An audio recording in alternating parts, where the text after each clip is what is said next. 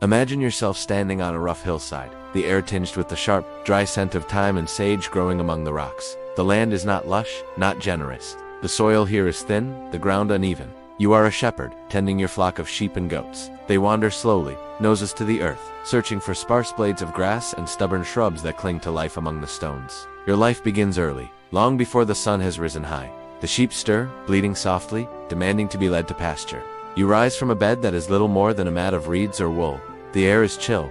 Bronze Age Greece did not have the comforts of central heating or thick walls. At night, the cold settled into your bones. The warmth of the day will come later, but for now, the world is gray and hushed. The shepherd's work is relentless. There is no day off, no break from the cycle. Sheep must eat every day, rain or shine, in sickness or health. They are vulnerable creatures, easy prey for wolves, jackals, or even human raiders.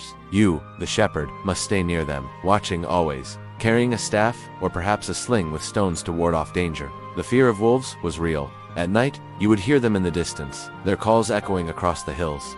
Sometimes you built small enclosures of wood and stone, thorn branches woven into fences to keep the flock in place. But a determined wolf could leap or burrow, and so you slept lightly, always listening, knowing that a single attack could mean the loss of animals you could not afford to lose. Food for yourself was simple and repetitive.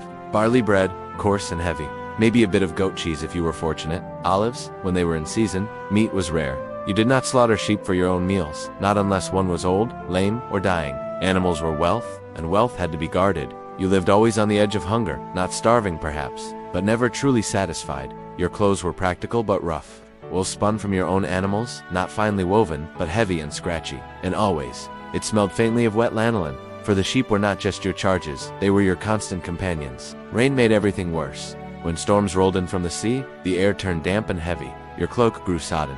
Your feet slipped in the mud. Wet wool clung to you, and to the animals, with a musty, sour smell that lingered for days. Life was governed not by clocks, but by natural rhythms. The rising and setting of the sun, the need to move the flock from summer pastures to winter ones. The growth of grass after rains. You lived close to the land, but the land did not care for you in return.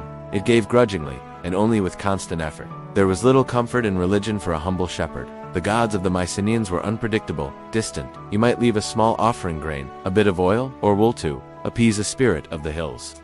You might whisper a prayer for safe weather, for protection from lightning or sudden storms. But often, it seemed the gods did not hear. Storms destroyed pastures. Disease carried off animals. The gods, it seemed, favored the palaces and the kings, not the shepherds who toiled in obscurity. Loneliness was a constant. You spent long hours alone, watching sheep graze, listening only to their bleating, the crunch of hooves on stone, the sigh of the wind.